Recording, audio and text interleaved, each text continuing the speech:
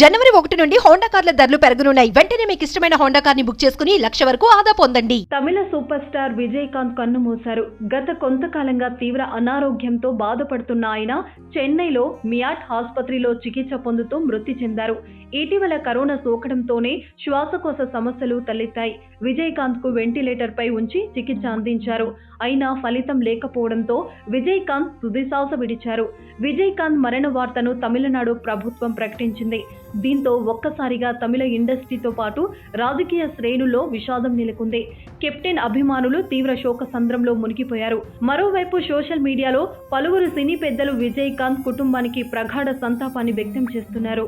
71 ఏళ్ల విజయకాంత్ నవంబర్ 18వ తేదీన అనారోగ్యంతో బాధపడుతూ స్థానిక మియాట్ ఆసుపత్రిలో చికిత్స పొందారు. చికిత్స అనంతరం కోలుకొని డిసెంబర్ 11న ఇంటికి చేరుకున్నారు. ఆ సమయంలోనే విజయకాంత్ మరణించారని వార్తలు వైరల్ అయ్యాయి. అయితే వాటిని విజయకాంత్ భార్య కొట్టిపారేశారు.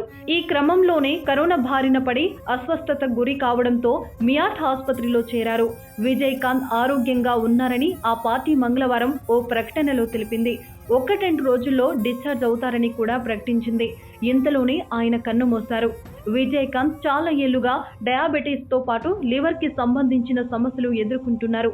డయాబెటీస్ కారణంగా కొంతకాలం క్రితం వైద్యులు ఆయన కాలి 3 వేళ్లను తొలగించారు.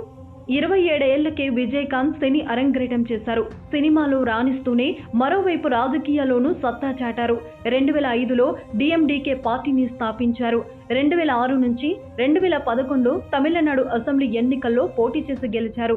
2016 ఎన్నికల్లో ఆయన ఓటమి చవిచూశారు. తమిళనాడు శాసనసభలో 2011 నుండి 2016 వరకు ప్రతిపక్ష నాయకునిగా బాధ్యతలను నిర్వహించారు. విజయకాంత్ అసలు పేరు విజయరాజ్ అలగర స్వామి నాయుడు.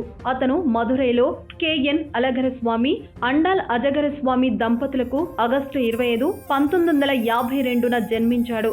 అతను 1990 జనవరి 31న ప్రేమలతను వివాహం చేసుకున్నాడు.